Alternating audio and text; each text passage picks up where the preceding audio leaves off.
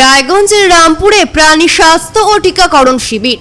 স্বনির্ভরতার লক্ষ্যে পশুপালকদের প্রশিক্ষণ। স্বনির্ভরতার লক্ষ্যে স্বল্প ব্যয়ে গাভী ও ছাগল পালনের বিষয়ে সচেতনতা বাড়াতে রায়গঞ্জ ব্লকের রামপুর গ্রামে আয়োজিত হলো প্রাণী স্বাস্থ্য শিবির, টিকাকরণ শিবির এবং প্রশিক্ষণ শিবির। রবিবার অ্যাসোসিয়েশন অফ ভেটেরিনারি ডক্টরস উত্তর দিনাজপুর জেলা শাখার উদ্যোগে এই কর্মসূচির আয়োজন করা হয়। রামপুর নিম্ন বুনিয়াদী বিদ্যালয় প্রাঙ্গণে চলে প্রাণী স্বাস্থ্য পরীক্ষা ও টিকাকরণ শিবির। পাশাপাশি রামপুর ইন্দিরা উচ্চ বিদ্যাপীঠের সভাকক্ষে অনুষ্ঠিত হয় পশুপালকদের প্রশিক্ষণ শিবির। শিবিরে গাভী ও ছাগল পালনের ক্ষেত্রে কম খরচে কিভাবে পশুপালন করা যায়, পশুর রোগ প্রতিরোধ ও চিকিৎসা, টিকাকরণ গুরুত্ব এবং পশুপালনের বিভিন্ন দিক নিয়ে প্রশিক্ষণ দেওয়া হয়। পাশাপাশি পশুদের জন্য বিনামূল্যে ওষুধও বিতরণ করা হয়। অনুষ্ঠানে উপস্থিত ছিলেন রায়গঞ্জের বিধায়ক তথা রাজ্যের মন্ত্রী কৌশিক চৌধুরী, হেমতাবাদের বিধায়ক হরিপদ বর্মন, রায়গঞ্জ পঞ্চায়েত সমিতির বিরোধী দলনেতা মলয় সরকার সহ পশু চিকিৎসক সংগঠন সদস্য এবং এলাকার পশুপালকেরা। মন্ত্রী কৌশিক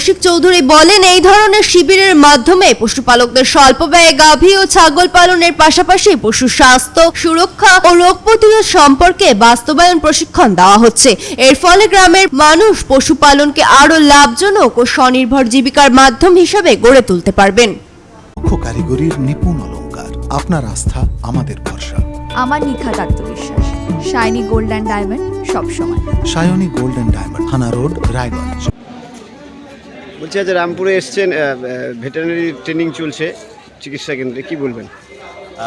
আজকে আমাদের খুব সৌভাগ্য, এখানে আমি আছি এবং আমাদের এই হেমতাবাদ বিধানসভার অন্তর্গত এই এলাকা রামপুর, আমাদের মাননীয় সম্মানীয় বিধায়ক শ্রী হরিপদ বর্মন উনিও আছেন এখানে আমাদের আপনারা জানেন ভেটেরিনারি ডিপার্টমেন্ট প্রাণী সম্পদ দপ্তর, সেই দপ্তরের ডাক্তারবাবুরা আছেন। সেই ডাক্তারবাবুরা আজকে একটা অসাধারণ একটা কার্যক্রমের আয়োজন করেছেন এবং খুব গুরুত্বপূর্ণ এবং খুব সময়োপযোগী একটা কার্যক্রম।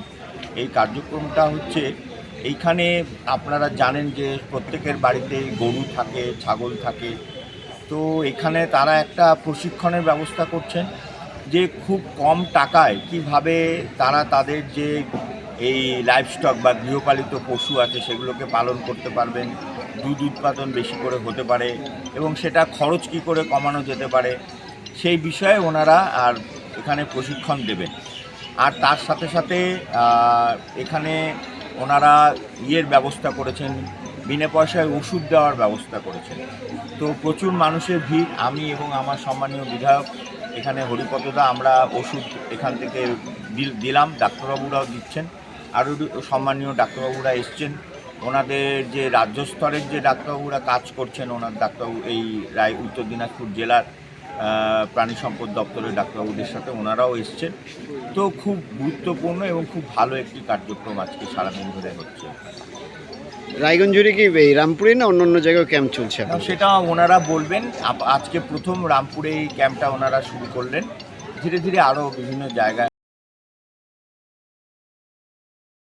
রায়গঞ্জ থেকে রামকৃষ্ণ দাসের রিপোর্ট, কুলিক নিউজ।